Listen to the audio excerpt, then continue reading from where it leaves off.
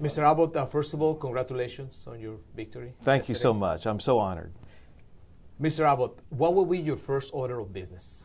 The main thing I want to do as governor is to make sure Texas remains #1 in the nation for creating jobs. Now that means job opportunities across the entire state of Texas, not just in one region, not just with one group of people, but jobs for everyone across the state of Texas. Also, I'm going to be focused on education. We must improve our schools in this state. And I want to build the roads and the water projects we need to better take care of the infrastructure challenges that we have in Texas.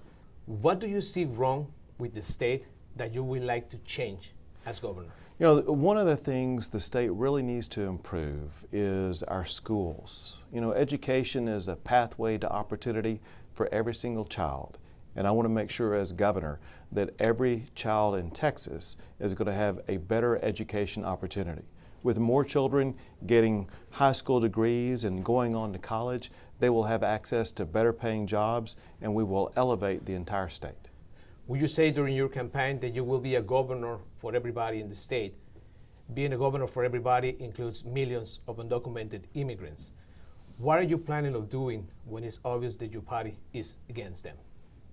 Well, I set a new tone in this campaign by reaching out to everyone of every race, every background, every demographic group.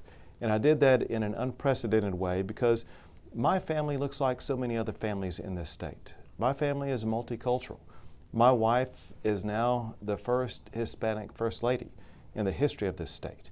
And as governor, I will be fighting for everybody in the state, knowing that when we elevate everyone of all cultures, it will improve the rich fabric of the entire state.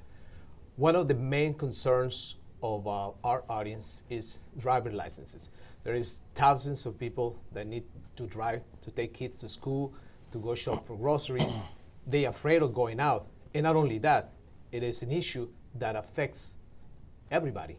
What are you planning on doing on that? You know, this is one of the failures of the Obama administration and the federal government.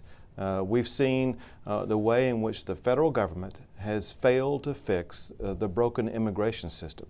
And until that challenge is fixed, and as long as the Federal Real ID Act is in place the way that it is, there will be ongoing challenges for driver's license issues like this. So there will no special permit in the near future? Well, the permit system is going to be determined by whether or not the federal government steps up and does its job to address the immigration challenges that we have. Your Lieutenant Governor Dan Patrick, during his campaign, made some harsh comments about undocumented immigrants. Now you're going to have to work hand with him. What our community can expect from your administration? Everyone in Texas can expect that as governor, I'm going to be reaching out and more inclusive than anyone has ever seen before, because my family represents Texas as a multicultural family. But also they will see with me as governor that I'm focused on the issues that most directly touch their lives. I want to make sure that all families across the state have access to better paying jobs.